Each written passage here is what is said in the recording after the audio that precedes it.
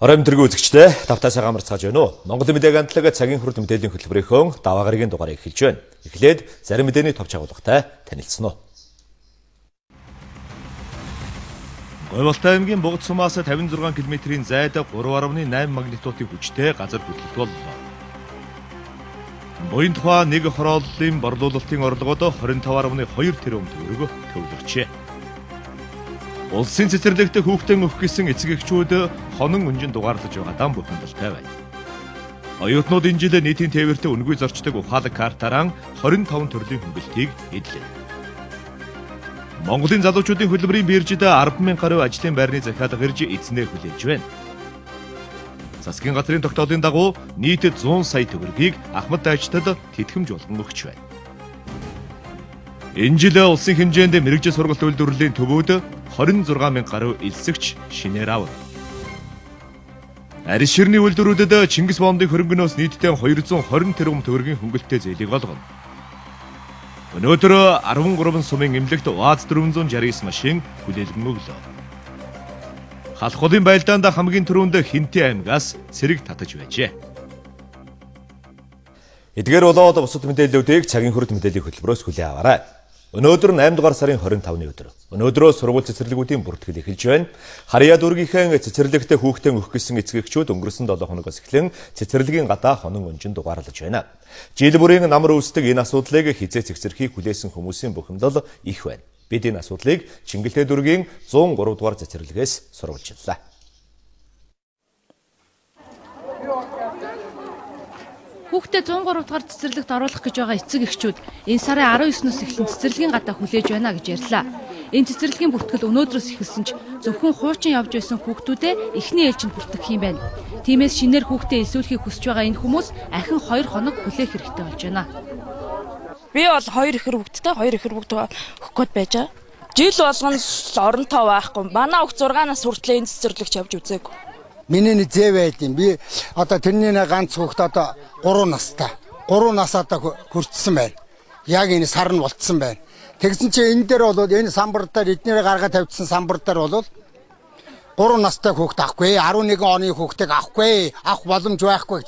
Тэгсэн мөр 3-5 настай гэнэ. За тэр би зөвхөн өөрийнхөө юм хэлж штэ. Энэ улсууд хүн болгоно янз янзын үг хэлнэ. Тийм учраас бол надад бол ийм төр засаг байгаад хэрэг байхгүй. Энэ үнэндээ нэг цэцэрлэг тэгээд энэ яахын олон айлууд энэ олон усууд чинь буруу биш. 19-ноос эхлээд ингээ хөтөлсөн байхгүй. Тэгээд ерөөсө хоноол ингээл ойжрлол энэ ойжроо алдахгүй тулд хідүүлээ ингээд эмх цэгцтэй ингээд бүртгээд ингээ явж байгаа байхгүй юу? Яг одоогийн байдлаар бол 219 сум байгаа байхгүй юу? Энэ жил сар нь болоод одоо манай хүүхэд 3 нас бол хүрээгүй, сар нь хүрээгүй. Түрүү жил 2 нас хүрээгүй байхгүй юу? Сар нь хүрээгүй байсан гэд. Тэгээд бүртгүүлж чадаагүй. Тэгсэн чинь энэ жил 3 нас хүрчээд ирэхээр 3 насны оронтой байхгүй. Тийм ээ? 4 настай хүүхэд, 5 настай хүүхдээ оронтой байхгүй. 2 настай хүүхэд 70-80 хүүхэд авна гэж хэлж байгаа. 103 дугаар цэцэрлэг 280 хүүхдийн хүчин чадалтай. Чингэлтэй дүүргийн 17-18 дугаар хорооны дунд ганцхан энэ л цэцэрлэг байдаг болохоор бүх боломжийг ашиглаж 500 гаруй хүүхдийг хүлээн авч байна. Ачааллаа 2 дахин хэтрүүлээд ч шинээр хүүхэд эсвүүлэх боломж бараг байхгүй. Зарим хүүхдүүд нь шилждэг шүү дээ. Зарим хүүхдүүд нь шилжсэн тийм орон тоондоо тийм оронтой гарвал хүүхдүүдэд бүртгэн хэрэг бүртгэж авахгүй бол нөөцөндөө аавна. Нөөцөндөө аваад явж идэл хичээлийн жилдэд 3-аас дээш хоног тасалтай хүүхдүүд гарч ирвэл тэрний хооронд тэр хүүхдүүдэд эргээгээд авчих тийм боломжтой байгаа. 5 настай хүүхдийг яг сургуулийн өмнөх боловсролыг тэр 5 настай хүүхдээ бол бүртгэж аавна. 5 настай хүүхдээ яг анги маань ингээд 50-60 хүүхдээ болчихж байгаа байхгүй. Тэр анги маань гүйцэжүүл хувилбарт бүлэгт авдгийг. Манайх 12 бүлэгтэй цэцэрлэг гэрнээ дахиад шинээр 2 анги нээсэн байгаа. Нэг ангийнхаа хажууд талын унтлахны өрөөгийн дахиад шинээр анги нээгээд дахиад хүүхдүүдэд 35 хүүхд дахиж нэмж авсан. 2 анги гэдэг чинь 60-70 хүүхд яг нэмж авсан байгаа шинээр. Энд байгаа эцэг эхчүүдийг хэд хоног дугаарлан зогссоноор нь хүүхдийг нь цэцэрлэгт хүлээн авна гэсэн дүрэн байхгүй.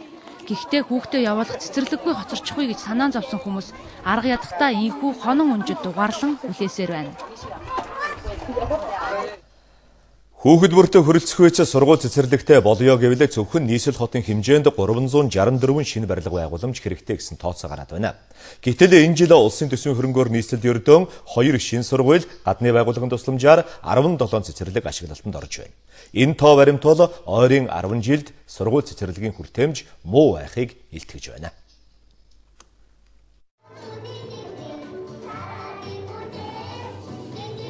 Энэ жил нийслэл хотын хэмжээнд цэцэрлэгийн насны 98 мянга орчим хүүхэд ерөнхий боловсролын сургуульд элсэн суралцах 23 мянган сурагч байна гэсэн урьдчилсан тооцоо байгаа. Цэцэрлэгийн насны хүүхдүүдийг өнгөрсөн жил 75%-ийг цэцэрлэгт хамруулж байсан бол энэ жил 78%-ийг хамруулах боломжтой болсон гэх тооцоо судалгааг нийслэлийн боловсролын газраас өгч байна. Энэ нь дан ганц улсын цэцэрлэг биш хувийн цэцэрлэгүүдийг хамруулсан хүчин чадал юм. За харин сургуулиудын хувьд хүртээмжийн асуудал хүнд байгаагийн хажуугаар их засварын ажил дуусаагүй байна.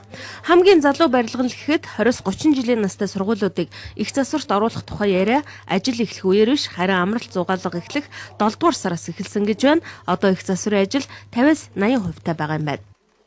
Яагаад засварын ажил гаргацсан бэхээр нэгдүгээр миний түрүүний хэлдэг нийслэлийн тодтоглоор батлагдсан өөрөөр хэлбэл хүндрэлтэй асуудлуудыг шийдэх байдлаар 7 сарын 9-нд батлагдсан тодтоглоор хийгдсэн бас ажлууд бол төсвийг хийгдэх төсөв батлуулах гэдэг энэ хуулийн дагуу явагдаж байгаа учраас жаахан оройтж байна. Яг улсын төсвөөс одоо батлагдаад ирсэн сургууль цэцэрлэгийн засварын ажил бол хэвээ явагдаж байгаа. Одоо 9 сарын 1-нд бол бүгд дуусна. Их сурвалжуудын мэдээлснээр зарим нэг сургуулиудын их засварын ажил хийгдэж дуусаагүй байгаатай холбогдуулан сурагчтай орчин тойрных нь өөр сургуулийн байранд 9-10 дугаар сард хичээллүүлнэ гэж байна. Тэртээ тэргүй хүрэлцэн хангамж муу байхад сургуулийн барилгын тендер оройтж зарлагдсан, хөрөнгө оруулалт оройтж шийдэгдсэн гэх зэрэг олон асуудлууд байна. За энэ янзаараа бид хэдий болтол үр хүүхдээ улсын сургууль цэцэрлэгт оруулах гэж дугаарлах вэ гэсэн асуултанд нийслэлийн боловсролын газраас ийм хариулт өгч байлаа. Яг үүндээ нийслэлээр өнөөдөр цэцэрлэгийн насны хүүхдүүдийг бүгдийг одоо цэцэрлэгт хамруулах сургуулийг одоо хэвийн 2 ээлжинд оруулах гэхэд бол нэг нийтдээ 345 барилга шаардлагатай байгаа шүү дээ. Тэгэхээр энэ барилгын ажлууд бол энэ жил одоо нийслэлээр нэг 67 барилга төсөв суугдсан баригдаад явж байна. Эдийн засгийн хөгжлийн яамд дээр барьж байгаа концессийн чагсаалтаар бас 72 баг сургууль цэцэрлэгийн зохицолбор тавигдсан байж байгаа. Энэ бас одоо гэрээ байгуулах ажлууд хийгдэж явж байна гэхэд эрэгчид бол алдсангүй начаал бол нэлээд буурах төлөвтэй байна. Нэг өдөр өргөс авсан юм шиг бүх асуудал шийдэгдэхгүй ч хүн амын талан шахуу оршин суудаг нийслэл хотод бүтэн жилийн турш 2хан сургууль байгуулж байгаа нь бид яст мэлхийн хурдаар урагшилж байгааг илтгэнэ. Жилд 60-80 мянган хүүхэд төрж хүн амын өсөлт оргил үедээ хүрч байгааг дуу алдан мэдээлж байгаа ч бид тэдний сурч боловсрох үндсэн эрхийг хангаж чадахгүй байгаа гэдэгтээ иргэд санал нийлж байлаа. Энэ жил манай улсын хэмжээнд мэрэгжил сургалт үйлдвэрлэлийн төвүүд 26100 эсэгч шинээр авна. Дээд боловсрол эзэмшсэн хүмүүсээс хурдан ажлын байртай болдог, бас ур чадвараараа үнэлэгдэж чадах юм бол өндөр цалинтай эрэлттэй боловсон хүчнүүд мэрэгжлийн боловсролын төвүүдээс төрж байна.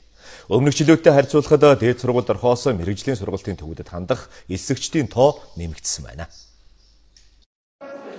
Мэргэжил сургалт үйлдвэрлэлийн төвүүдийн хамгийн эрэлттэй мэргэжилд барилгын засал чимэглэл гагнуурчин, машин засвар, барилгын өргөч, мужаан гэсэн мэргэжлүүд тооцогдож ажил олгогчдоос хамгийн их захиалга иржээ. Өнгөрсөн хугацаанд төгссөн төгсөгчдөөс ажлын байранд орсон талаарх судалгаа явуулж үзэхэд улсын хэмжээнд нийт төгсөгчдийн ихэнх нь 1 жилийн дараа ажилтаа болсон дүн гарчээ. Мэргэжлийн энэ барилгын ангиуд маань бол голдуу ер нь 90% орчим хамрагддаг ажлын байраар. Бас зарим нэг ангиуд бол тодорхой хэмжээгээр хамрагдаагүй тохиолдлууд байдаг л да. За энэ нь бол тухайн сурагчид бас өөрсдөө эргээд боловсрлоо дэвшлүүлэх дараагийн шатныхаа сургалтанд хамрагддаг. За төгсөж явах үед одоо тухайн ажлын байр байх уугүй юу нөхцөл байдлаас бас болдог. Энэ жилийн хувьд улсын харьяалалтай мэргэжил сургалтын 50 гаруй төв элсэгч авч байгаа. За харин хувийн 29 мэргэжил сургалт үйлдвэрлэлийн төв элсэгчтэй бүртгэж эхэлжээ. 2014 оны 1 сарын 1-ээс мэргэжил сургалт үйлдвэрлэлийн төв болон мэргэжлийн боловсролоор сурч байгаа суралцагчдын тэтгэлэг нь оюутнуудтай адилхан 70 мянга болж өссөн. Энэ жил мөн тэр ажишгээрээ өгөгдөж байгаа. Ур чадвараараа үнэлэгдсэн нарийн мэргэжилтийн ажилтнуудын цалин 2 жилийн дараагаас эхлээд 2 сая төгрөг хүртэл үнэлэгдэж эхэлдэг байна. Хамгийн гол нь ажилдаа туршлагаж тусам цалин нэмэгддэг. Түүнээс гадна мэргэжлийн боловсролын сургалт төгсөгчид өөрсдөө ажлын байр гаргаж, барилгын болон бусад компаниудад туслан гүйцэтгэгчээр ажиллаж эхэлжээ. Говьолтой аймгийн Богдсумаас 56 км-ийн зайд 3.8 магнитудын хүчтэй газар хөдлөлт болсон байна. Газар хөдлөлтөө энэ сарын 21-ний өдөр мэдрэгдсэн болохыг Шинжлэх ухааны академийн Одон орон геофизикийн судалгааны төвөөс мэдээллээ. 3.5 магнитудаас дээш газар хөдлөлт нь мэдрэгдэл өндөр газар хөдлөлтөнд ордог байна. Харин Говьалтай аймгийн Дахин шар нурвал хот суурин газраас зайтай газар нутаг учраас өнгөрсөн пүрэв гарагт болсон газар хөдлөлт иргэдэд мэдрэгдээгүй болохыг судлаачид тайлбарлалаа. 2014 оны 8 сарын 21-ний Улаанбаатарын цагаар 11 цаг 09 минутанд Говьалтай аймгийн Буг цумаас баруун урагшаа 60 км-т магнитуд нь 3.8-тай газар хөдлөлт болсон. За энэ газар хөдлөлт нь бол урд өмнө нь 1974 оны 7 сарын 4-нд Дахин шарын магнитуд нь 7-тай, голомтондоо 8 балын ийм хүчтэй хөдлөл болж исэн орчин байгаа. За сүүлийн 20 жилийн байдлаар бол одоо тухайн бүс нутагт бол одоо нийтдээ 2000 гаруй газар хөдлөлт болоод байна. Үүнээс бол мэдэгдэм хүчтэй газар хөдлөлт бол буюу магнитуд нь 3.5-аас дээш хөдлөл бол 25 удаа болсон. Дахин шар нуруунд 1974 онд болсон 7 магнитудын газар хөдлөлтөөр 18 орчим километр газарт хагарал үүсжээ. Өндөр магнитудын газар хөдлөлт болсон газарт үүссэн хагарлаа дагаж ахин газар хөдлөх магадлал өндөр байдаг байна. Зөвхөн 20 дугаар зуунд бол одоо 11-аас 12 баалын 4 хөдөлгөөн болчихно. 1905 онд 2 хөдөлгөөн тэр хангахгүй болно. Цэцэрлэгийн одоо хул азаргын нурууя цэцэрлэг гэж Хөвсгөл аймгийн цэцэрлэг сүмийн орчин болсон хөдөлгөөн. Энэ бол 11-аас 12 баал гэж тооцсон. Тэрний дараа яг 26 жил болоод Алтан өвөрлөө Чингэл цагаан голын сав нутаг Монгол Алтан өвөр биеэр газар хөдлсөн. Тэр нь магнитуд 8-аас дээш газрын гадаргууд бол 180-аас 200 км хагархаа үүсгэсэн юм хөдөлгөөн байна. Газар хөдлөлийг урьдчилан мэдэх техникийн өндөр технологи судалгааны нарийн арга зүг өнөө хүртэл дэлхийн нийтэд нээж олоогүй байна. Харин газар хөдлөлтийн суурь давтамжийг гаргаад түүгээрээ газар хөдлөлт мэдрэгдэх магадлалыг нь гаргах боломжтой байна. Өнөөдөр манай улсын Одон орон геофизик судалгааны төвийн газар хөдлөлийн сектор 100, 500, 1000, 100000 жилийн давтамжаар газар хөдлөлтийн бүс нутгийг тогтоогод байгаамаа. 8 баар гэдэг ингээд цаашаа додоо.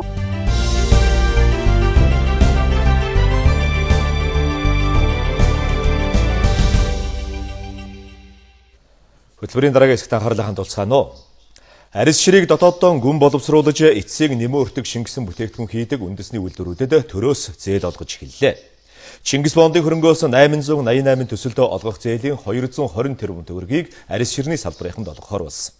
Энэ нь өргөлтийн хөрөнгө дутмаг үндэсний үйлдвэрлэгчдийг үйлдвэрээ өргөжүүлж зах зээлд хүрээнд тэлэхэд нь бодит дэмжлэг болж байгааг салбарын төлөөллүүд хэлж байна. Бүтээгдэхүүнийхээ 30-40% гадаадын зах зээл рүү гаргадаг дархан нэхий компанид гэхэд Чингис Бондын хөрөнгнөөс 14 тэрбум төгрөгийн хөнгөлөлттэй зээлийг авахар болжээ. Европын орнууд Испани, Итали, Голланд болон Орос улс руу Монголд үйлдвэрлэсэн арьс ширэн бүтээгдэхүүнийг тэд гаргаж байна. Харин хөнгөлөлттэй зээлд хамрагдсанаар экспортын хэмжээг нэмж хятадын зах зээлд бүтээгдэхүүнээ нийлүүлэх нөхцөл бүрдэж байгааг ярьлаа. Ингэснээр гадаад руу урсгах валютын урсгалч багасах давуу талтайг онцолж байна. Ерөнхийдөө бол дархны нэхий үйлдвэр бол нэлээд эргэлтийн хөрөнгө дутмаг түүнээс техник тоног төхөөрөмжийн хувьд бол ер нь бараг бүрэн шинжилэл хийгдсэн өөрийн хөрөнгөөр. Тийм учраас нийтдээ бол энэ төслийн санхүүжилт бол 20 гаруй тэрбум байгаа юм. Гэхдээ эндээс бол бид нар бол бараг 30% нь бол өөрсдийн хүч хөрөнгөөр хийгээд ингээд бол шалгуурыг хангаад дараачийн одоо шатны төслийн зээлд хамрагдаж байгаа. Энэ жил бол нийт худалдаж авсан арьсныхаа 20% бид нэр гүн боловсруулах боломж бүрдэнэ. За жил болгон одоо энэ 20% бол 40, 60, 80% гэдэг нэг 17-8 он гэхэд нийт арьсныхаа 80% бид нар бол гүн боловсруулдаг болчихно. За эцсийн одоо нэг бүтээгдэхүүн хийдэг аж ахуйн нэгжүүдийн маань тоо бол нэлээд нэмэгдэнэ. За нэлээд гэж хэлж байгаа нь бол яхаа одоо үйлдвэрүүдийг бид нар нэгтгэх бас бодлого барьж байгаа. Арьс ширний үйлдвэрлэлийг сэргээн хөгжүүлэх төслийн хүрээнд нийт 100 төсөл үйлдвэрлэгчдээс иржээ. Тэдний дунд сонгон шалгаруулалт явуулж 18 төсөлд эхний ээлжинд 57 тэрбум төгрөгийн зээлийг хөгжлийн макаар дамжуулан олгох шийдвэрийг энэ оны 6 дугаар сарын 30-нд гаргасан байна. Харин төсөл хэрэгжүүлэх 17 аж ахуй нэгжид их усүрийг нь шилжүүлэх ажил яагаад удаашрсан тухай тодруулахад засгийн газрын бондын их усүрээр санхүүжхийн зээлийн төслийг хэрэгжүүлэх банкуд бас тодорхойгүй ийм байдлаас бол улбараад нэлээд их хугацаа алдсан. Энэ оны бол 2014 оны 6 сарын 4-нд одоо эдийн засгийн хөгжлийн яамаа үйлдвэрүүд ачаам сангийн яам хоорондоо зөвшөлдсөд энэ их усүрийг бол бас их тодорхой болгох шаардлагатай гэдэг үүднээс бол асуудлыг засгийн газарт оруулж хэлэлцүүлээд засгийн газрын 194 217 дугаар тогтоол гарсан байна. Тэгээ ингээд нийтдээ бол 140.4 тэрбум төгрөгийн хөнгөлөлтийн зээлийн их усүрийг 2 хувааж олохоор болсон.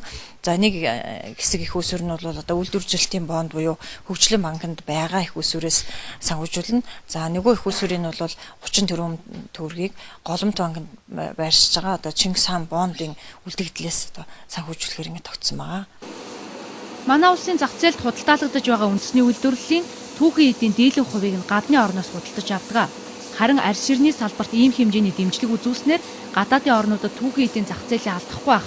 Цаашлаад олон улсад өрсөлдөхүйц хэмжээний үйлдвэрлэлд хөгжинэ гэж салбарынхан харж байна. Засгийн газрын бүтээн байгуулалтын цагаар төрийн орон сууцны корпорацийн захиалгаар хийгдэж байгаа бүтээн байгуулалтын ажлын талаар танилцууллаа. Буян тухай нэг хороолол ашиглалтанд орж эхний оршин суугчид байрандаа орсон. Түүнээс гадна буян тухай 2-р хорооллын барилга угсралтын ажил талдаа орсон. Зарим санхүүжилт шийдэгдэж байгаа гэдэг мэдээллийг энэ үеэр өгсөн байна. Төрийн орон сууцны корпорацийн захиалгаар буян тухай нэг орон сууцны хороол барих ажил 2013 онд эхэлсэн. Энэ ажлыг нэгжлийн дотор гүйцэтгэж 1764 айлын орон сууц бүхий хороолол ашиглалтанд ороод байгаа юм а. За иргэдийн хувьд 8% хөнгөлөлтөө зээлд хамрагдаж байрандаа орж байгаа. Суглаанд хожсон зарим иргэд урьдчилгаагаа өгөхгүй байгаа учраас 160 гаруй байр одоохондоо эзэнгүй байгаа юм байна. Эдгээр байруудыг 100% мөнгөө төлсөн иргэдтэй шууд гэрээ байгуулж худалдахаар шийджээ. За буян тухай нэг хорооллын борлуулалтын орлого нийтдээ 84 тэрбум төгрөг болох ёстой. Одоогийн байдлаар 25.2 тэрбум төгрөг төвлөрөөд байна. Энэ мөнгөөр буян тухай 2 хорооллыг санхүүжүүлнэ гэж тооцож байна. Бидний ажил бол 7 сарын 21-ээс эхэлсэн буян тухай 2 маань. Одоо барилга угсралтын ажил бол 48%-тай. 48 лээ? 48 тий? 48%-тай явж байгаа. 48 байшин байгаа. Эхний 11 сарда бид нар бол эхнийхээ 1000 айлын орон сууцыг ашиглалтанд оруулах төлөвлөгөөтэй нэлээд шаргуу ажиллаж байгаа. За бүгд найрамдах Хятад ард улсын дарга Си Цзиньпин манай улсад төрийн альчлал хийх үеэр орон сууцны бүтээн байгуулалттай холбоотой томоохон төслүүдийг санхүүжүүлэх зарим боломжууд гарсан талаар ч мөн өнөөдөр танилцуулсан юм а. 150 сая долларын 2% хүйтэй 15 жилийн хугацаатай Хятадын одоо хөнгөлөлтөө зээлийг хөдөө орон нутгийн 6 аймагт 150 сая долларын бас гэрээнд үзүүлсэн. Төрийн орон сууцны корпорацийн захиалгаар хөдөө орон нутагт мөн бүтээн байгуулалтын ажил өрнөж байна. Аймаг бүрт 1000 айлын орон сууц барина гэдэг зорилт тавьсан. Дархуул аймагт 189 айлын орон сууц, Орхон аймагт 315 айл, Увс аймгийн төвд 105 айлын орон сууцны ажил эхэлсэн явж байгаа юм байна. За түүнээс гадна Булган, Төв, Сүхбаатар, Завхан, Дорногов, Гойлтой зэрэг аймагуудад ерөнхий төлөвлөгөөгөө батлуулах төвшөнд явж байгаа юм байна.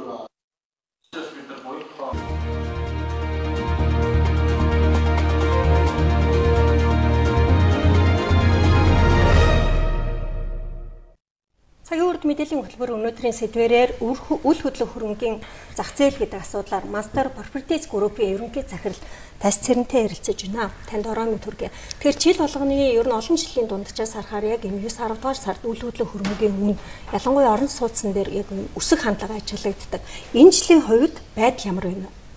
Тийм ер нь одоо дээр социализм үед гэдэг юм одоо ер нь уламжлалт хандлага бол тийм байсан. Энэ жилийн сүүлийн 2007 оноос хойш бол энэ хандлага бол зах зээл дээр төдийлөн анзаарах болсон.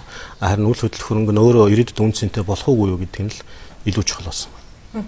Одоо дундаж давхар гэж яриад байдаг шүү дээ. Дундаж давхрын олж байгаа орлоготой орон сууцны үн ханшиг харьцуулахаар Монгол улс бол өндөр үнэтэд ороод байгаа л да. Тэгэхээр орон сууцны үнийг ерөнхийдөө барилгын зах зээлийг өөрөө маш ашигтай. За хөөсрөлт маш их явагдаж байгаа гэж. Тэгвэл танах яг судалгааны байгууллага яг энэ хөөс хагарах үеийг хэдэн он гэж харж байгаа вэ? Бид нэр 2018 он гэж өөрчилсөн байгаар харж байгаа. Манай дээр бол Германы одоо зөвлөхүүд ажилладаг. Ерөнхийдөө орон сууцны үн үнэтэй байх юм том байх гэдгийг тогтоодог 2-3 гол хүчин зүйл байгаа. Нэгдүгээрх нь бол тухайн Монголын эдийн засгт өөрт нь эргэлдэж байгаа мөнгөний хэмжээ байгаа. Монголын эдийн засаг өсөхийн хэрээр тэр их өсөлт бол аль нэг салбарт шингэх ёстой. Хамгийн их шингээдэг салбар нь үл хөдлөх хөрөнгө байгаа нэгдүгээр.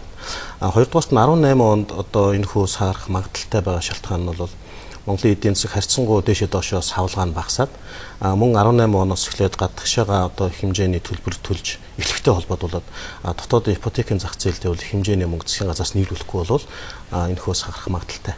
Дараагийн асуулт одоо яг эдийн засгийн хямрал зарим эдийн засгчднууд яг эдийн засгийн зогсонгүй гэж яриад байгаа шүү дээ. Тэгэхээр хямрал бол хоёр талтай байдаг. Ялангуяа үйл хөдлөх хөрөнгөний зах зээлд хямрал ашигтай одоо тий худалдан авч байгаа хүмүүст бол маш их ашигтай тийм алтан үе байдаг гэж яриад байдаг. Та энийг тайлбарлаж өгөх үү? Ер нь Монгол шиг ийм тогтворгүй гэхдээ дунд хугацаанд ийм урт хугацаанд өсөх ийм зах зээлийн хувьд бол үйл хөдлөх хөрөнгө оруулалт нь хамгийн ашигтай хөрөнгө оруулалт байдаг. Гэхдээ хамгийн ашигтай байх тэр хугацаа нь бол хамгийн үн бууж байгаа тэр үе нь байдаг.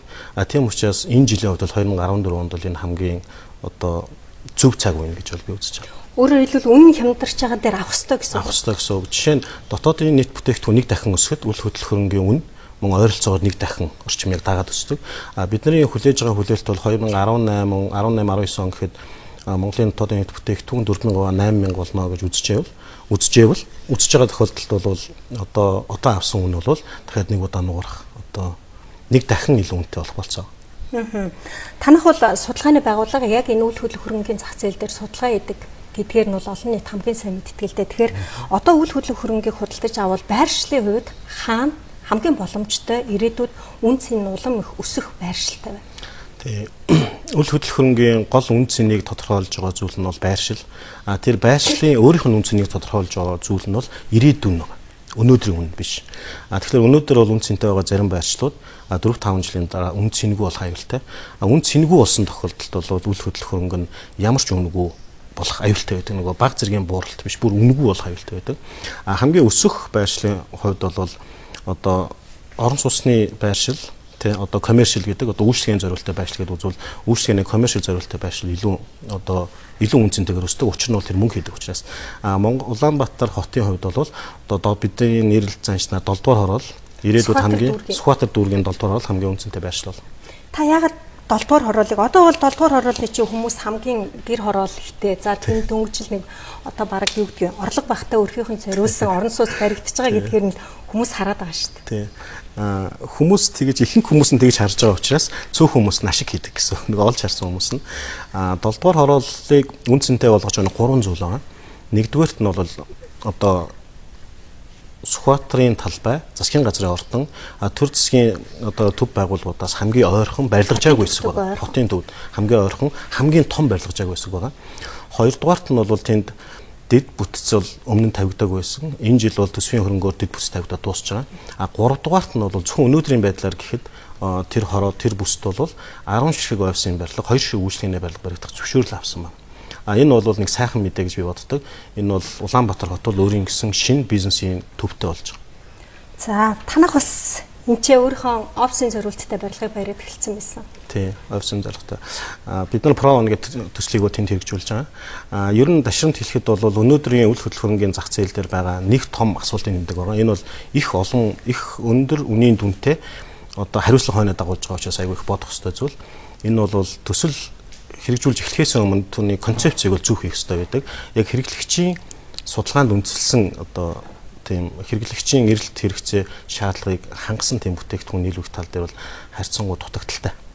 Одоо ингээд Улаанбаатар хотын төвөөр явж байхад офисын зориулалтаар талбай түрээслэн аль эсвэл зарна гэсэн маш их зарлал нь шүү дээ. Яг үндэ бол ингээд харахад хүмүүсийн нэг худалдаж авах уу гэсэн эргэлзээ төрж байна. Та өөрөө эрхэлж байгаа яг энэ одоо барилга байгууламжиндаа итгэлтэй байна уу? Ашигтай бизнес гэдэг. Энэ дашрамт хэлэхэд өнөөдөр Улаанбаатар хотод офисын зах зээл дээр бол маш том одоо зах зээлийн тийм одоо хос орон зай гап үүссэн байгаа. Энэ бол их аюултай. Зах зээл дээр нийлүүлэгдэж байгаа орон сууцны дундаж үн одоо боловсруулж байгаа үн нь бол 5 сая төгрөг байгаа. Нэрлэж байгаа үн нь бол $3,000 энэ байгаа. Тэгтэл хэрэглэгчийн судалгаагаар яг офис худалдан авах одоо хүсэлтэй дунд зэрэглэлийн 7-8 жил үйл ажиллагаа явуулсан Монгол компани худалдан авах хүсэлтэй үн нь 3 сая төгрөг. Тэгээ 5 сая төгрөг 3 сая төгрөг бол айгүй том үнийн зөрөө. Энэ үнийн зөрөө бол өнөөдөр офисын зах зээл дээр байгаа тэр нөгөө борлуулалтыг баг болгож байгаа, борлуулалтыг амжилттай явуулах гол шалтгаан байдаг. Бидний хувьд бол Pro-1 төсөл дээр яг энэ хэрэглэгчийн судалгаанд үндэслэн одоо концепц байгаа учраас одоо өнөөдрийн Монголын үндэсний үйлдвэрлэл эрхэлж байгаа Монголын компаниуд зориулсан тийм бүтээгдэхүүн болж байгаа. Үнийхээ хувьд ч гэсэн. Уучлаарай, сүүлийн асуулт та маш товчхон хариулна. Одоо яг ингээ хэвлэл мэдээллийн хэрэгслүүдээр явж байгаа сурталчилгааг харахаар орон сууц судалтай авал гараж дагалдан ч гэдэг юм уу, аль эсвэл маш их боломжуудыг хамлаад эхэллээ л дээ. Өмнө ерөөсөө ийм үзэгдэл Монголын одоо яг энэ үйл хөдлөлтийн зах зээл дээр гардаг байсан. Тэгвэл энэ байдал хэр удаа үргэлжлэх вэ? Тэгэхээр нийлүүлэлт нь эрэлтээсээ даваад байна уу? Яг нийлүүлэлт нь эрэлтээсээ давсан гэж яриа болохгүй байгаа. Шалтгаан нь бол бид нар орон сууцны хэрэгсээ шаардлага зөндөө байгааг мэдж байгаа. Одоо орлого багтаа өрхүүд орон сууц судалж авч чадахгүй ч гэсэн тэр чухалчлан тэр хэсгийн бол санхүүжлыг засгийн газар хийх ёстой. Тийм ч учраас хямдхан орон сууцны нийлүүлэлт бий болгож байгаа. Бидний үзэж байгаагаар бол 2018 он хүртэл дахиад нэг 50-60 мянган айлын орон сууц нийлүүлэгдэх болцоо бол Улаанбаатар хотод байгаа. Гэхдээ хамгийн том асуултын тэмдэг бол хэрэглэгчийн хүлээлт нь өөрчлөгдөд байгаа. Одоо 3 жилийн өмнө байсан орон сууц судалж авч байгаа монгол хүний хэрэгцээ 2014 онд орон сууц судалтан авахыг хүсэж байгаа Монголын хэрэглэгчийн хэрэгцээ хоёр өөр болсон.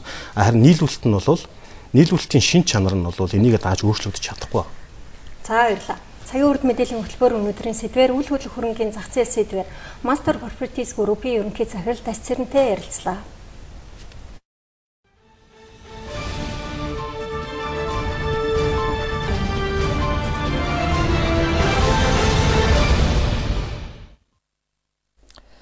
Манай үлвэрийн дараагийн багц мэдээлэлд анхаарлаа хандуулцгаана уу. Халах голын ялалтын 75 жилийн ойд оролцохоор ирсэн Оросын холбооны улсын дайчин нөхөрлөл аялын багийнхан Хинтээ аймагт ирээд байна. Халах голын дайны үед Хинтээ аймгийн ард иргэд найдвартай ард талуулж цэргийн хоол хүнсийг ханган нийлүүлж байжээ. Мөн энэ аймгаас хамгийн түрүүнд дайнд цэрэг дайчлан татаж байсныг Ахмадууд өдгөө ярьж байна.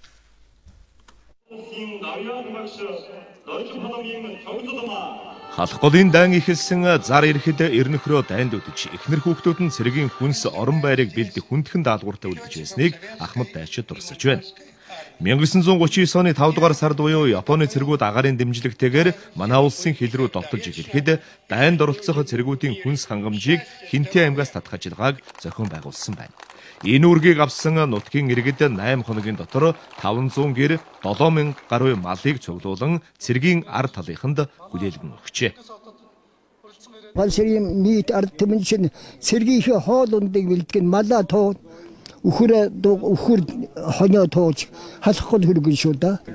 Манай ахын тэр тууж байсан. Халаанд тулдаж байсан зөвлөлт Монголын одоо армийн тэр олон цэргүүдийн одоо ардлын одоо бэлтгэл бааз нь болж хүнс дэжээлээр хангах, агт мордоор хангах, заман одоо түлээ түлшээр хангах, аман одоо хувц сунраар хангах гэх мэт ардлын албыг бол одоо арын албыг манай Хинтээ аймагт бол одоо аймгаас хангаж байсан. За дээрээс нь манай Хинтээ аймгийн газар нутаг дээр тухайн үеийн зөвлөлтийн одоо цэргийн олон ангиуд нисэх эскадрил танкийн анги гэх мэтлэн олон ангиуд байрлаж манай Хинтээ нутгаас бол Улаан гол руу явж одоо байлдааны өөрөг даалгавраа гүйцэтгэж ингэж ажиллаж байсан.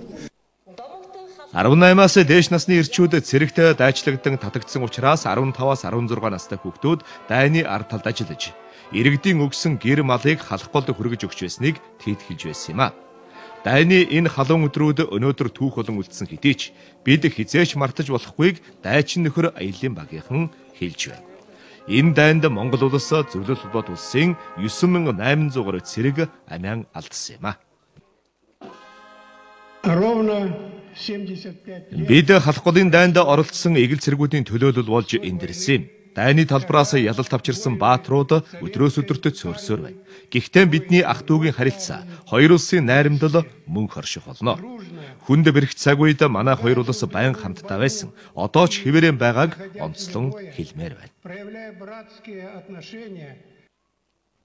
Дайчин нөхөрлөлийн аялын багийнхан халах голын хөрсөнд мөнх нойрсон дайчин нөхөддөө хүндэтгэл үзүүлж, Хинтээ аймгийн төв талбайд байдаг зөвлөл холбоот улсын танкчдын хөшөөнд цэцэг өргөлөө. Мөн энэ үеэр халах голын дайнд ашиглагдаж байсан зэвсгээр үсгэлэн гаргасан байлаа. Аялын багийнхан нэг өдөр Хинтээ аймагт ажиллаад Дорнод аймгийг зорих юм а. Алх голын дайны ялалтын 75 жилийн ойн баярыг энэ өдрүүдэд тэмдэглэж байна. Дайны талбар тулалдаж явсан Ахмад Айчтаас 37 Ахмад Буурло өнөөдөр амьд сэрүүн алх голын ялалтын 75 жилийн ойг тэмдэглэж байгаа юм а. Монгол улсын ерөнхий сайд Ахмад Айчтад хүндэтгэл үзүүлж засгийн газрын шагналыг гардуулан өглөө. Халах голын байлдааны ялалтын 75 жилийн ойг тэмдэглэх хүрээнд дайнд оролцсон Ахмад Айчтад тэтгэмж олгох засгийн газрын тогтоол гарсан. Зарим Ахмад Айчтад хүндэтгэл үзүүлж ерөнхий сайд тэтгэмжийг нь гэрт нь очиж гардуулсан юм. Халах голд тулалдаж байсан Ахмад Айчтын нэг аюур зангаа энэ жил 99 настай. Увс аймгийн 100 говь сумд төрсөн Монголын баруун хязгаараас зүүн хязгаар руу эх орноо хамгаалах үүрэг хүлээн 24 наснда халахын голын байлдаанд очиж байжээ. Сашилын хөгжүүлэх үйл ажиллагаанд улам их амжилт гаргаарай гэж яригасаа яяря. За баярлалаа. Тэр үед иргэний үүргээ гэж үзэн дайны талбарт зүтгэж байсан залуу насных нь үйл хэрэг цаг хугацаа өнгөрөх тусам алдар гавьяаны түүх болон зузаарч байгаад баяртай байгаагаа ахмадууд хэлж байсан. Багшийн албанаас цэргийн албанд мордож халахын гол болоод чөлөөлөх дайнд оролцож явсан сааралтайгаа одоо 96 настай юм байна. Морч дивизийн цэрэг байсан спортоор хичээллэж явсны ачаар таяг тулахгүй хөвшөрч явна гэж ярьлаа. 75 жилийн өмнөх түүхийг 90 гарсан буурлууд тодорхой санаж хуучилж байна. Намаг ирэх дараа бас их хүндэтгэж үзэнэ. Боловсролтой хөнгөрлөө. Багш хөнгөрлөө гэж. 9250 хүнд ирэхэд ганцхан одоо бүчгөөс мэддэг боловсролтой хүн дөрөвхөн ирсэн байгаа. Дөрөвхөн хүн ирсэн. Бүгд тийм ингэ одоо. Өнөөдрийн байдлаар халах голын дайнд оролцсон 40 Ахмад Айчин байгаа. Албан ёсоор бид нэр бүртгэлийн аваад одоо ингээ 37 Ахмад Айчинтай бол харьцаж байна. За Оросын холбооны улсад бол энэ дайнд оролцсон 7 Ахмад Айчин байдаг. Энэ 7 Ахмад Айчнаас одоо 3 нь хүрэлцэн ирээд өнөөдөр Улаанбаатар хотод зохион байгуулагдж байгаа халах голын арга хэмжээнд оролцож байна. Халах голын байлдааны гэрч болон үлдсэн 37 Ахмад Буурлын төлөөлөлд засгийн газрын тэргүүн инхүү хүндэтгэл үзүүллээ. Засгийн газрын тогтоолын дагуу нийтдээ 100 орчим сая төгрөг шийдэгдснээс нэг Ахмад Айчинд 2 сая төгрөгийн дэмжлэг очиж байгаа юм а. Хөдөлмөрийн яам Монголын залуучуудын холбоо хамтран ажилтай орлоготой Монгол залуу хөтөлбөрийг өнгөрсөн жилээс хэрэгжүүлж эхэлсэн. Энэ хөтөлбөрт оюутнуудыг хичээлийн бус цагаар ажил эрхэлж орлоготой болоход цагийн ажил төсөл багтсан юм. Өнөөдөр Монголын залуучуудын өдрөөр цагийн ажил хөдөлмөрийн яармаг болж 20 гаруй байгууллага оролцлоо. Дийлэнх оюутнуудын сургалтын төлбөрийг эцэг эхийн төлдөг учраас суралцах хугацаанд халаасны мөнгөө хичээлийн бус цагаар олох боломжийг цагийн ажил төсөл хэрэгжснээр бүрдүүлж байгааг Монголын залуучуудын холбооныхан хэлж байна. Ийм өдөрлөг өмнө нь болдоггүй байсан үед оюутнууд цагийн ажилд зуучлуулаад цалин хөлсөө авч чадахгүй байх тохиолдлууд гардаг байсан. Харин Монголын залуучуудын холбоо ажил олгогчдтой хамтарч хөдөлмөрийн яармгийг зохион байгуулснаар оюутнуудыг ийм эрсдлээс хамгаалах боломж бүрдэж байгаа юм байна. Тиймээс ч оюутнууд Монголын залуучуудын холбоогоор дамжуулан ажилд зуучлуулах нь нэмэгдэжээ. Нэгдүгээрт өөрийгөө бас нэг шинэ талаараа шинжилж дээ тий өөрийгөө бас өөрчлөлтөнд тусаална. Дээрээс нь өөрийнхөө орлогот нэмэр болно. Жишээлбэл ном авахд юм уу тий мөнгө тутахад ажиллаа хийгээл мөнгө олчдаг ч юм уу. Одоо эрэгтэй хүүхэд таарсан тэгэл оюутнууд таарсан л ачигч мачигчгээл тиймэрдээ ажлууд л авах шиг шин. Тий. Тэгэл ямар ч явж лээ. Цалин өсний өдрийн оюутны хэмжээ 25-аас 30 мянган хооронд байх. Тий. Тиймэрдүү байхад болох бахтай. Цагийн ажил хөдөлмөрийн яармагт ихэвчлэн үйлчилгээний чиглэлийн компаниуд оролцож байна. Тэд залуусд худалдааны төлөөлөгч, зөөгч, ажигч, бүтээгдэхүүн сурталчилгааны зэрэг ажил санал болгож байна. Одоо жишээ нь хэд EMC-с АХБУ одоо хүссэн байгууллага манайх дээр байгаа байхгүй юу. Тэгээд тэр байгууллага руу өөрөө CV-гээ үсгээд манайх дээр CV-гээ үсгээд явуулна. Тэгэхээр 30 минутын дотор суугаад CV-гээ бөглөөд өөрөө хүссэн бүх байгууллагуудаа явуулахаар цаг хугацаа алдахгүй.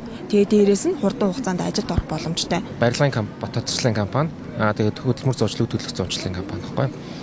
Тэгээд энэ хүрээлэлтэй болохоор барилгын юун дээр оюутан эмэгтэй оюутнууд болохоор байрны дараах цэвэрлэгээний ажил дээр эрэгтэй оюутнуудыг бол туслах ажилтнаар бол авч ирсэн. Одоо бол хагасаа бүтэн сайнаар бол оюутнуудыг бас туслах ажилтнаар л авч байгаа. Цагийн ажлын хувьд бол тийм байна. Цагийнх бол өдөрт нэг яг өдрийн яг ингээд цэвэрлэгээ хийгээд нэг айл гаргаад ч юм уу ингээд яхад бол өдрийн 20 мянган төгрөгөөр. Цагийн ажил төслийг цаашид өргөжүүлэх ёстой. Үүний тулд цагийн ажлын тухай хуультай болох шаардлагатай гэдгийг хэлж байна. Энэ дагуу нийслэлийн хөдөлмөрийн газар Монголын залуучуудын холбоо зэрэг байгууллага хамтран хуулийн төслийн саналыг Монгол улсын ерөнхий сайдад танилцуулжээ. За энэ хууль хэрвээ ингээд батлагдаад энэ заалтууд маань нэмэлтээр ороод ирэх юм бол наацх нь оюутнууд болон ажил хайгч албан байгууллагууд нь шүү дээ. Оюутнуудын хооронд хөдөлмөрийн тухайн наацх нь хөдөлмөрийн ямар гэрээн дээр цагийн хөдөлмөр эрхэлж байгаа оюутнуудаа ажилуулах уу, цалин хөлс нь хэд байх уу. Тэгээд тухайн цагийн хөдөлмөр эрхэлж байгаа оюутнуудын үүрэг хариуцлагын тухайн юм нэг заалтууд нь бүгдээр ороод ирэх. Мөн цагийн ажил олгогчийг урамшуулдаг байх эрх зүйн зохицуултыг бүрдүүлж өгөх тал дээр анхаарч ажиллаж байгааг хэллээ. Ингэснээр оюутнууд хичээлийн бус цагаар сурч байгаа мэрэгжлийнхээ дагуу ажиллах боломж бүрдэх юм байна. Манай улсад залуучуудын байгууллага бошгийг халах залуучуудын эвлэл нэртэйгээр анх 1921 оны 8 дугаар сарын 25-нд байгуулагдаж байсан. Иймд 1996 оноос жилвэрийн 8 дугаар сарын 25-ны өдрийг залуучуудын өдөр болгон тэмдэглэдэг болсон юм. Энэ өдрийн хүрээнд өнөөдрийн хөдөлмөрийн яамгийг ийхүү зохион байгууллаа. Дараагийн мэдээ. Оюутнуудын нийтийн тээвэрт үн төлбөргүй зорчих шар виза карта зөвхөн автобусанд үнэгүй зорчиход ашигладаг байсан бол өнгөрсөн жилээс Төрийн банк Монголын оюутны холбоотой хамтран оюутны смарт картыг гаргажээ. Энэ картаар засгийн газраас оюутан бүрт олгодог үндэсний тэтгэлгээ авдаг байсан бол харин энэ жилээс эхлэн бүрч олон төрлийн үйлчилгээг энэ картаар авах боломжтой болж байна. Нийтийн тээврээр үнэгүй зорчих, үндэсний тэтгэлгээ авах зэргээс гадна Тэнгис кинотеатр, Энтер номын дэлгүүр, Усан спорт сургалтын төв, үндэсний соёл амралтын хүрээлэн зэрэг 25 үйлчилгээний байгууллагад оюутнууд энэ картаа үзүүлээд 2-60% хөнгөлөлт идэх боломжтой болсон байна. Мөн сар бүрийн тэтгэлгийнхээ тодорхой хувийг хугацаатай хадгаламжийн дансанд хийж хуримтлал бий болохоос гадна зээл авахд хүртэл хөнгөлөлт идэх хэрэгтэй болж байгаа юм байна. Энэ картаар дамжуулж тэтгэл авсан тохиолдолд за одоо оюутны эцэг нь манай банкнаас зээл авсан тохиолдолд зээлийн хүүд нь бас тодорхой хэмжээний хөнгөлөлт үзүүлэх юм арга хэмжээг авч байгаа. Оюутнууд өмнө нь 9 сард карта захиалаад 11 сарын үед авдаг байсан бол өнгөрсөн хавар карта захиалсан 63 мянган оюутан энэ 9 сарын нэгэнд смарт карта авах юм байна. Улсын хэмжээнд 113 мянган оюутанд энэ карта олгогдно. Төрийн банкнаас өдөртөө 2-3 мянган карт хэвлэх боломжтой гэж мэдэгдэж байгаа. Тиймээс захиалж амжаагүй бусад оюутнуудын хувьд хүлээлт үүсэхгүй гэж байна. Өнгөрсөн жил бол цагаан цэнхэр өнгөтэй байсан. За энэ жилийн хувьд бол ийм ухаан ягаан өнгийн карт болсон. За оюутны холбоо Төрийн банк 2 ганц асуудал хийгээгүй. За энэ нь бол Монголын оюутны холбооны студент орох CGM гэдэг сайт бол 100% бас шинжлэгдсэн. За өөрөөр хэлэх юм бол оюутан залуучууд 9 сарын 1-нд ирээд тэгээд захиалаад буцаагаад гар дээр авах сар байтал 11-12 дугаар сар болдог байсан. За энэ картыг бол Төрийн банкныхан бол асуудлыг хамгийн хурднаар хэвлэж гаргахад тусалцаа үзүүлсэн. За ингэснээр оюутан залуучууд 2, 3, 4-р курсын оюутан залуучууд бол хавар явахтаа захиалгаа өгчөөд тэгээд зундаа хэвлэлтчээд одоо бол бид нар тараахад бол бэлэн болчихсон иймэрхүү шинжилгүүдийг бид нар хийсэн байгаа.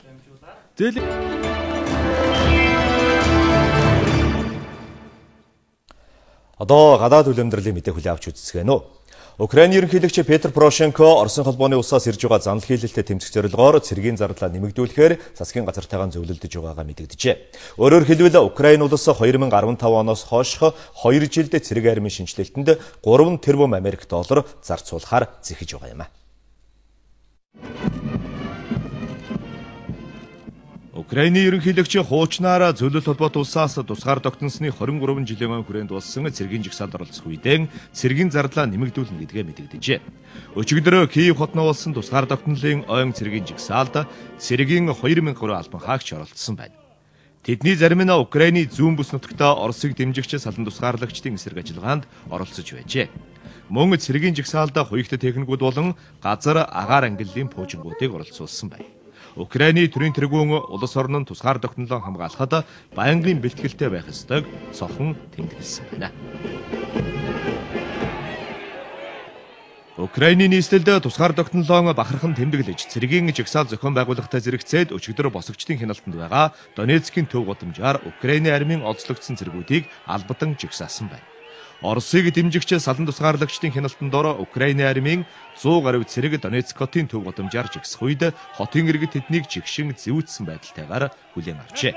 Мөн босгочдын эвдэд сүйтгэсэн Украины армийн тоногт техник хэрэгсэллэгч жигсаалын үеэр олон нийтэд үзүүлсэн байна.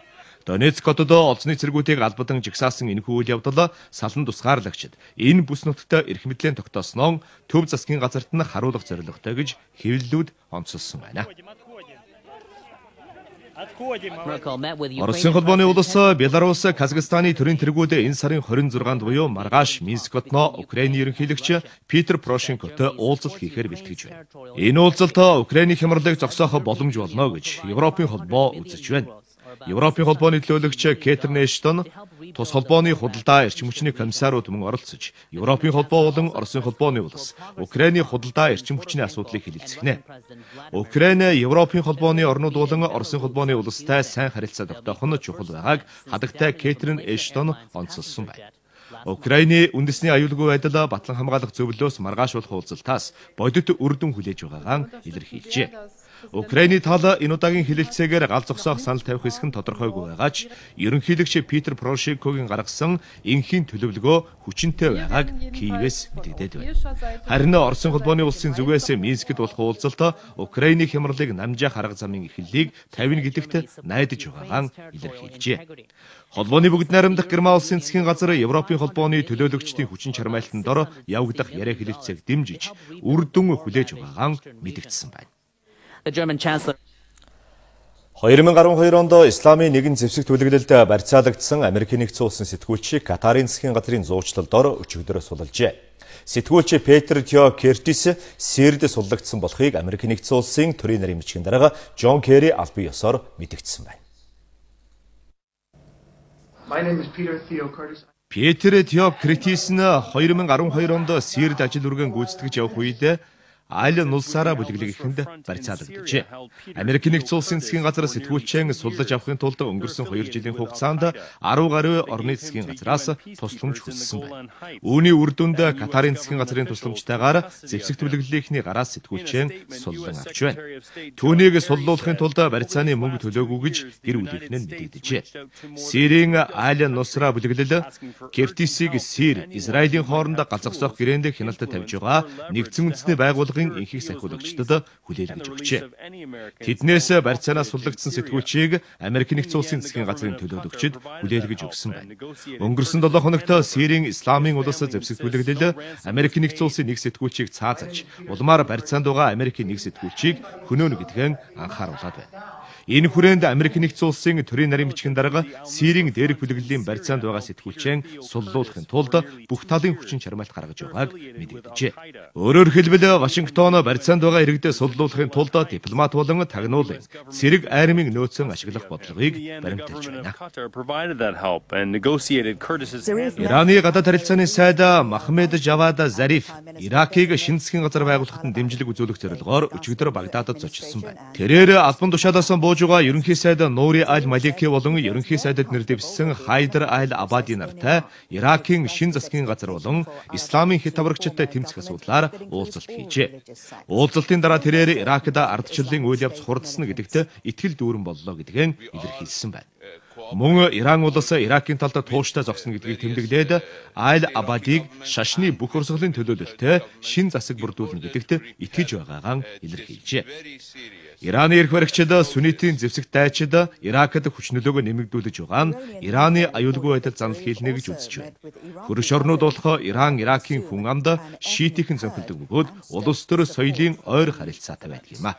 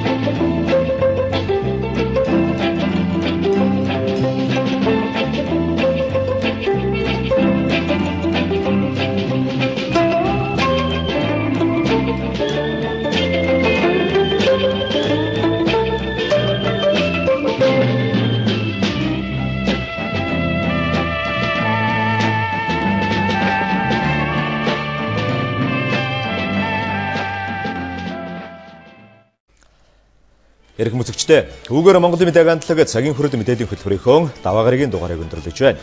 Цагийн хүрээдтэй хамтдаа байсан та бүхэнд баярлалаа. Сайхан амарцгаарай.